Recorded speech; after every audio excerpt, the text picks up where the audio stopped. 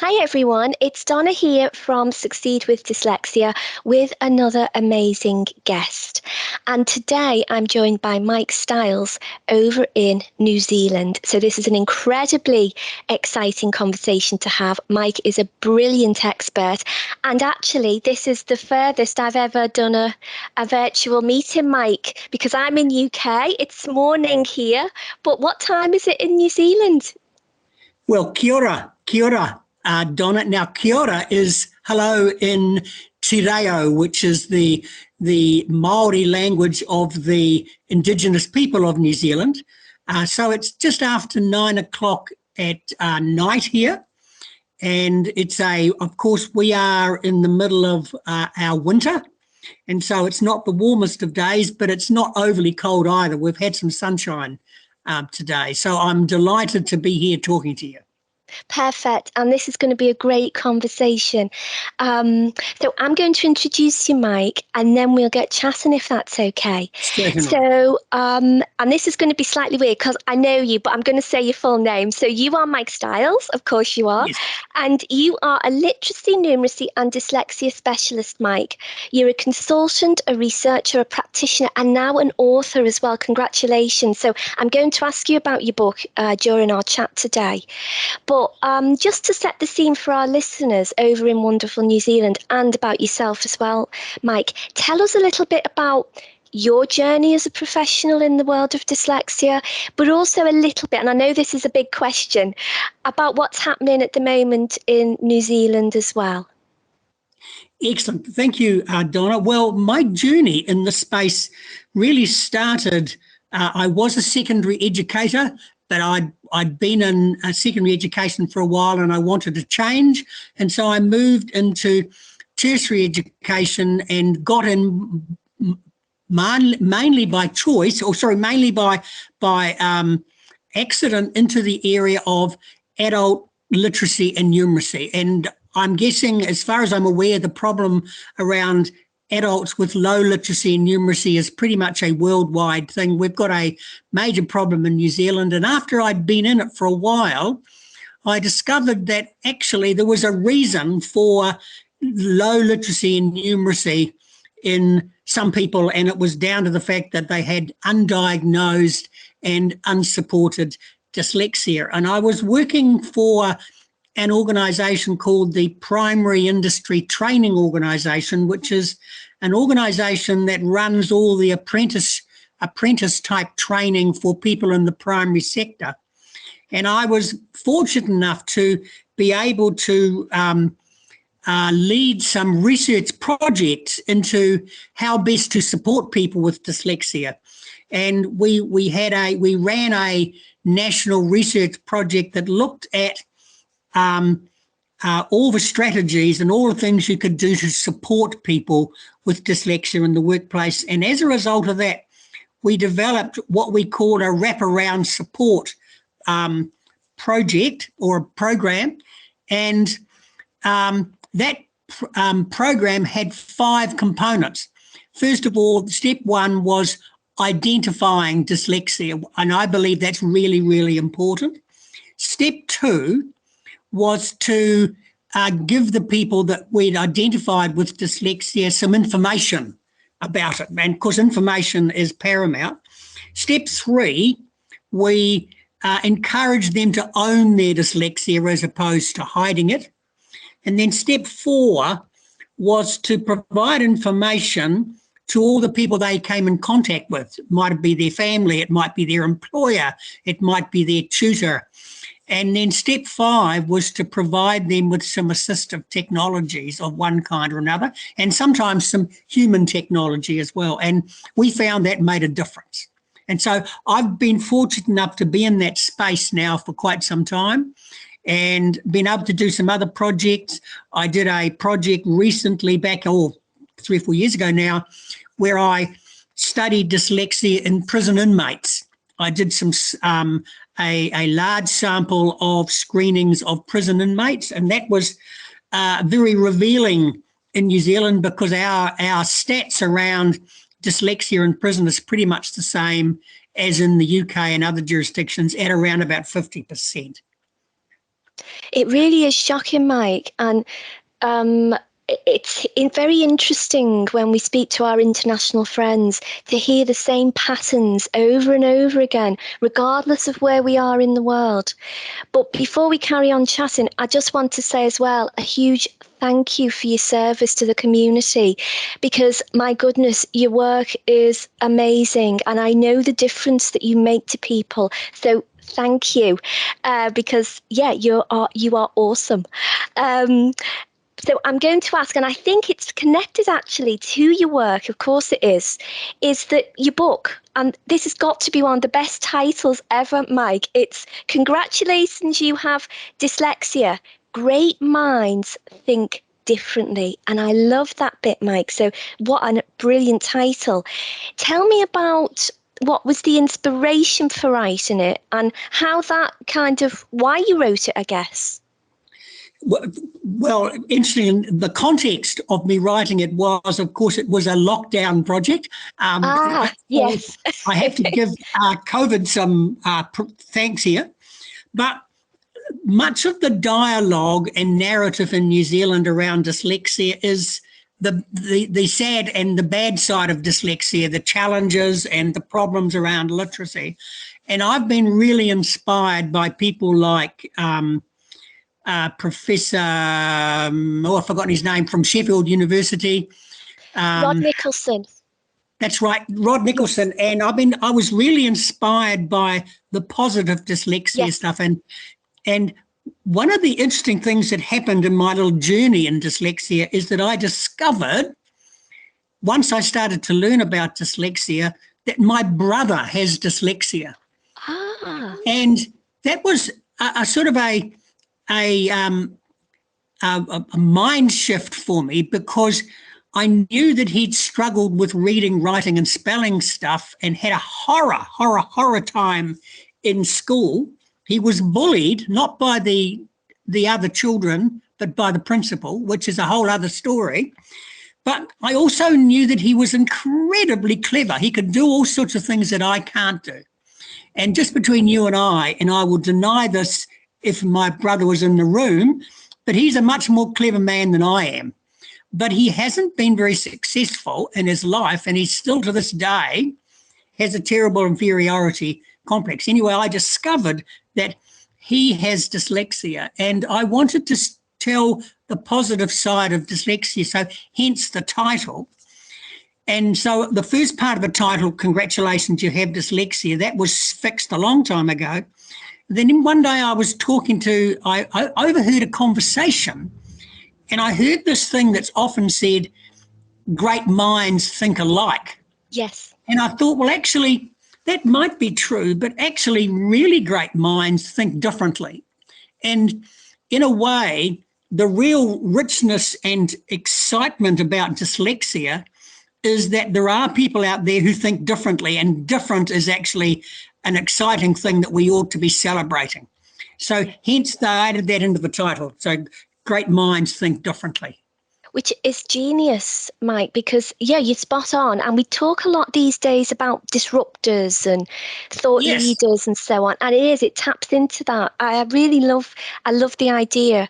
And actually, I think it sounds like a book with a big heart if it's based on as well, obviously your expertise, but about your family as well and that inspiration regarding your brother. The book's only been launched now about a month, but what is interesting is that when I've had book launch events, I've got big crowds, not because of the book, I don't believe, but because in New Zealand there is a vacuum of knowledge and understanding. And so many of the book launches have had many parents and grandparents present with lots and lots of questions, because all of a sudden there's an avenue for them to find some information about this thing that has been troubling somebody, and usually somebody in their family. Yeah, it's really interesting, isn't it, Mike? Because you're right, even here in UK, and like I said, we see patterns across the world. It's the same patterns over and over again. That's why it's great to have experts like you in the community. So on the back of that then, how important, you said about your work and your journey into the community, and you talked about identification and so on, which you feel like many others do. That's a key part of somebody's journey with dyslexia, actually understanding you've got dyslexia and what it means to you and so on. How important then do you think that is for children and adults to get an identification? And are you of the thinking that, yeah, the earlier the better as well for that to happen? Well, firstly, I do think the earlier the better. And I do think that it is really important to have an identification of dyslexia. So my experience, and I've been fortunate enough to screen hundreds and hundreds of people for dyslexia, but my experience is that it is empowering and transformational for someone to have an identification. So what that means is all of a sudden for them, so many things start to fit into place. And if you join that identification with some quality, peer-reviewed, scientifically based research about dyslexia and information about it, and you can say to them, well, actually, you have dyslexia, you're likely to struggle with these things, but by the way, there'll be this other group of things over here that you could be, not automatically, but you could be very skilled and talented. And that's actually very, very empowering for people and transformational in their lives. And my experience is that I haven't had a single case of somebody who didn't want to know that they were dyslexic. Many people and many educators in New Zealand have said, we shouldn't label people as dyslexic, but I believe we should identify their dyslexia. It's not a label. It describes a human condition that has as many pluses as it has challenges, and I think we ought to celebrate those challenges. Yeah, but that's a brilliant answer. So linked to that then, Mike, and again, I know this is a big question because I'm going to ask you about New Zealand as a whole. Where do you think you guys are at then with that identification and the screening and the assessment that goes on in schools and for your, your older students and adults? Are you in a good place or still quite a journey to go? Oh, we've got a long way to go. So let me give you sort of context about New Zealand. We don't have any legislation. There is no legislative framework in New Zealand like your Equality Act. The first time I came to the UK, I heard about your Equality Act, and it seemed to me to be quite transformational for the UK. And I have to say, I looked at that with a lot of envy because we don't have that in New Zealand. And sadly, at the moment, while there are pockets of good practice, it's not in the system in New Zealand. It's not widely understood. There is no legislation, as I've said. We don't, as a nation, at this point, gather any statistics about dyslexia. Our human rights legislation, which is pretty good on the whole, is actually silent about dyslexia. We've had government agencies who denied it for a long time, until 2007, in fact. So, and when they changed their minds in 2000 and said, we've changed our minds and dyslexia does exist, I always say to people, they forgot to send the memo to the other government agencies. And so we have a situation now where it is largely invisible, both in government agencies, but also in the business world. I have to say there are some exciting things happening in education, and funnily enough, at tertiary level, whereas ideally it should be at primary and secondary level, because of course if you get things right there and young people get identified early, then obviously people can sort of carry on their journey into improving their educational qualifications and getting good jobs. But ironically, it's the tertiary sector that's doing good stuff and not so much primary and secondary. excuse me, there was $1 of fund, excuse me, there was $1 of funding in New Zealand 3 or 4 years ago to create a role for some primary schools. They had a role called a learning support coordinator who did some identification, but sadly, that was all. It was only in about a third of schools, and I think the best way to support institutions, in particular educational ones, around dyslexia is for the initiative to be a holistic one. And the last thing we really want is for there to be just one person in the school and everyone refers anyone with dyslexia to that person, because that person gets bogged down and not able to achieve very much. So we have made some strides, but we are at the beginning of our journey in New Zealand, I think would be fair to say. Well, it's so good to know that you're there, Mike, and other colleagues, that you link in with to make those changes happen. It's really interesting to hear what you say about one expert in a school that everybody goes to around these issues, when actually we talk a lot these days here in the UK that all teachers are teachers of SEN children, of children with dyslexia. Of course, we are, aren't we? Because there will be those children in all teachers' classes. It's not something that's niche in that way. It's something that should permeate the whole culture of a school, a college, a workplace, and so on. So really wise words there. And I know that, and I'm really fascinated to know what your inspiration was for this. I know that you've worked hard to create a dyslexia-friendly quality mark, kite mark, there in New Zealand. Tell us a little bit about how that came about and what it means if people think, that sounds interesting. What actually is that? Right. Well, I have to admit to you, Donna, I unashamedly stole this from the United Kingdom. I'm guilty as charged. Happy to share, Mike.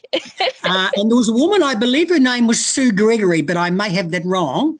She gave Joe Gregory. That's the one. She gave a workshop session at a conference I went to in the UK. It might have been the Oxford event. And I was impressed with the idea of the dyslexia-friendly quality mark. And I took the idea back to New Zealand and shared it. And funnily enough, nothing happened for 1 or 2 years. And then all of a sudden, out of the blue, there was an agency in New Zealand called Aotearoa who is responsible for the professional development of tertiary educators, and I do some work for them. I run webinars for them. Anyway, out of the blue, having told them about 2 years previously about this wonderful idea of a dyslexia-friendly quality mark, all of a sudden they came back to me and they said, we'd like you to develop one. So I set up a reference group of people in New Zealand. We took about 2.5 years to develop because we wanted to develop it for an Aotearoa New Zealand context. Now, before I go any further, let me tell you, Aotearoa is the Māori name for New Zealand, and so we're making a conscious effort in New Zealand to re-establish the te reo, the Māori language in New Zealand, and it's having a big impact. So rather than talk about New Zealand, we often talk about Aotearoa New Zealand, so we include both languages. Anyway, we had a reference group and we developed it over a couple of year period, and then finally it was launched last September. And it was launched for tertiary education institutions and for what I call education adjacent organisations. So, for example, organisations who work with young people of tertiary education age. So it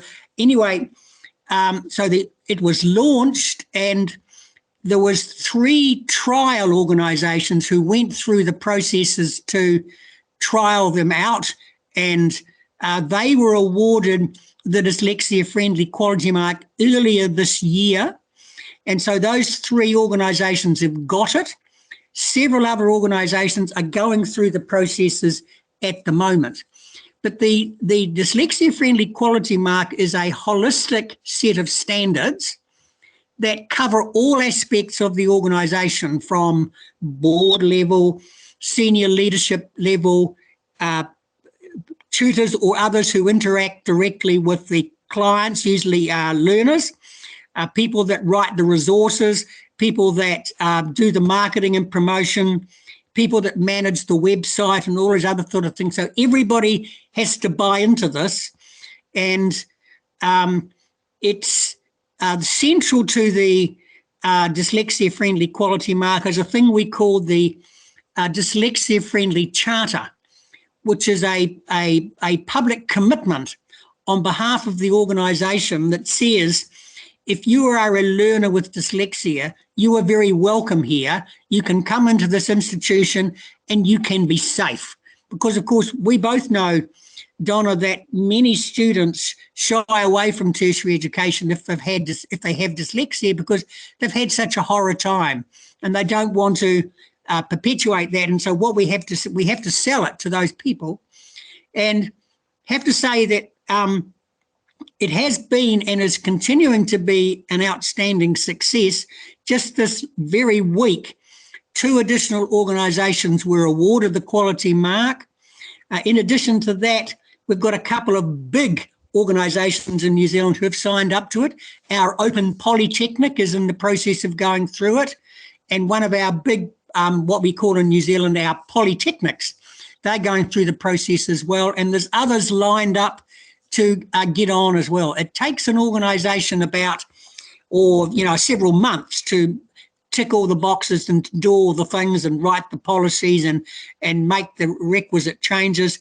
And then it's awarded, and there's going to be the first, COVID has got in the way a little bit, but there's going to be the first official ceremony in a month's time to award the mark to the first recipients. And the exciting part is we've had some interest from secondary schools as well now, and also from some government agencies and corporates who see the value of this. So for me, the exciting part about this is that it's a concrete step forward. It's a measurable, definitive step forward. And it's something that has got PR value, because organisations can go out and promote themselves as a dyslexia-friendly organisation, and it's increasing the visibility about dyslexia. So we're very excited about it. Absolutely brilliant. That's so great to hear. From those ideas, Mike, and just how happened to be somewhere at a conference, and what you've done with that is amazing. And you're right, it's one of those rare situations where it's win-win-win, isn't it? Yes. It's great for the people who are going to go to a college or be in an establishment, workplace, whatever, and have this great practice and great way of working and studying. It's great for the organisation. It makes everybody very inclusive, and like you say, it's something to be really proud of and to celebrate as well all round. So that's so exciting to hear. It sounds like then there's lots of fantastic work in your community, and I know you're at the heart of a lot of that. So I'm guessing then, maybe I might know the answer to this one, Mike. Do you feel optimistic then about what's happening in your part of the world? I do. I feel optimistic. We have a long way to go, but we are making conscious steps forward. Now, one of the other things that's going at the moment, we've started a petition calling for the New Zealand government to instigate an inquiry into dyslexia and neurodiversity. We had one a few years ago, but it only looked at education. This is calling for something more broad, because as you and I both know, Donna, dyslexia doesn't just impact on education, it impacts on the legal system and corrections, it impacts on employment and unemployment, and also on mental health and other health situations. So we think it's actually, it's time for an inquiry. But I am excited about the future, because what is exciting to me is that the world of work all around the world, with some high flyers like Ernst Young and Google and Microsoft, have made the link between the dyslexic brain and different and innovative and creative ways of thinking. And so I think that's very exciting for the future, and hence the title of my book, Great Minds Think Differently, because what we're looking for today, I believe, is people whose brains think differently. That's the way we're going to progress. And Definitely. so I do think we are making progress. We've got a long way to go, but I'm very optimistic about the future. Fantastic. And, you know, you're one of the reasons why the future looks bright, Mike. So again, I just thank you for everything that you've done and continue to do. You're right, the work continues, and that's partly why we're so passionate here at Succeed with Dyslexia, to give platforms to people like yourself so that you can share these stories and inspire our friends across the world. I mean, we'd love here at Succeed to showcase some of those great establishments that have achieved quality mark, if you'd like us to do so on our social media and so on, because that would be brilliant to share those breakthroughs in that way. I would love to give you the links and to make connections between you and these organisations. And I know they've got the dyslexia bug. They've caught it really badly, and they are out there sending and sharing the message out there. They would love every opportunity to further share it. And so, yes, they would be delighted to be involved. Brilliant. That sounds really exciting. And it really is the ripple effect, isn't it? Yes, it is. In terms of spreading the word and inspiring others. And I love what you say about, you know, your colleagues in tertiary education, so then maybe inspiring other education communities, if I can put it like that, secondary and primary and so on, to start to consider this. Thank you so much for this brilliant overview of what's happening and I want to get the correct title for your wonderful country. If you teach me that, let me try and learn. So obviously New Zealand, but what is it in the Maori language as well? Right. So I'll say it slowly. Aotearoa, but it sort of rolls together. Aotearoa. And the Māori pronunciation of that is the land of the long white cloud. Oh, how beautiful. So that's the Māori translation. We're making a really big effort in New Zealand to reinvigorate te reo, and so it is. We're all throwing te reo words into our sentences to make it more regular and normal. So, and I tell you, there's a fun fact for you, Donna. Te reo is a language that's in its written form follows the rules. It's not like English, English is my first and only language, but let's face it, it is a bit of a bitzer mongrel language. It's got bits from everywhere. And it's so dyslexia unfriendly, Mike, because of those reasons, isn't it? Yes. And so anecdotally, there is some research in New Zealand that says te reo is an easier language to learn for somebody with dyslexia. Just by the way, is Italian, I understand, is easier to understand. And Spanish as well, I think. Yeah. Right. So if someone's first language was te reo and their second language was Italian, they're doing really, really well here. Yes. But isn't it fascinating around the differences in language? Because sometimes folks get muddled up and think, oh, are you saying that if somebody speaks te reo as their first language, they're not going to have dyslexia? No, we're not saying that, but it will impact in a different way, won't it? It will impact in a different way. Whereas those who speak English as a first language, it does really impact on spelling and so on, because the language is so tricky in that way. Yes, it is. And you're right, the dyslexia remains. It's just a little bit easier for them to master the language. Yes, it's brilliant to have this insight, Mike. And this is why we like to speak to our friends all over the world, to get these conversations and these ideas inspired, really. So as always, you know, this has been it's always so lovely to chat with you. And we've been lucky enough pre-COVID that we've met in person over the years. Yes, we have. I'm hoping we don't have to wait too long till we manage to entice you back to the UK. It's on my agenda. It's on my Good. agenda, Donna. And I just wanted to say that you guys at Succeed with Dyslexia are doing some great stuff. And I think that the scanning pen can be transformational for many learners, and it has been for us here in New Zealand. Brilliant. And that's what it's all about, Mike. That word again, I love, transformational. And that's Right. what we all do it for, isn't it? To transform people's lives, to go on to reach their potential. So, Mike, we're going to put links on the back of this chat to your wonderful book and to your work. Are you happy for our listeners to reach out to you if they'd like to carry on the conversation or ask you some questions on the back of listening to our conversation?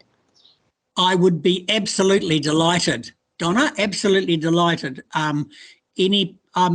I have had communication from around the world, and I'd love to have some more, and I just love it. Yeah, brilliant. That's what gets us excited, Mike, isn't it? Let's keep talking to each other across the world. And this has been so easy. Who would know that we would be able to speak like this? This is the joys of technology now. Absolutely. Absolutely. There has been some upsides of COVID. Yes, there has, and this is one of them. So we've developed these wonderful ways of communicating across the globe, which I think has made a great big difference. For sure. And that's why now we've got no excuse not to talk to each other anymore. No, exactly. Exactly. Well, I will leave you to get ready for bed, and I'm going to go and have my lunch. So that's what's happening in the rest of our day, isn't it? Love it. Love it. Lovely to see you. Thank you so much. So we'll just say goodbye to our listeners as I'm going away to have my lunch, and Mike's going to go and put his pajamas on. So it's lots of good wishes from us here, from Mike's part of the world and from my part of the world. Let's keep talking, and thank you, everyone. Thank you so much for watching. We hope you enjoyed this video as much as we did putting it together. Now we have some more fantastic content for you. Please feel free to click this link here and learn more about Roger Broadbent and some of the strides he's making to put dyslexia support at the heart of education. If you have any comments or questions, leave them in the comments below. And as always, thank you so much for watching.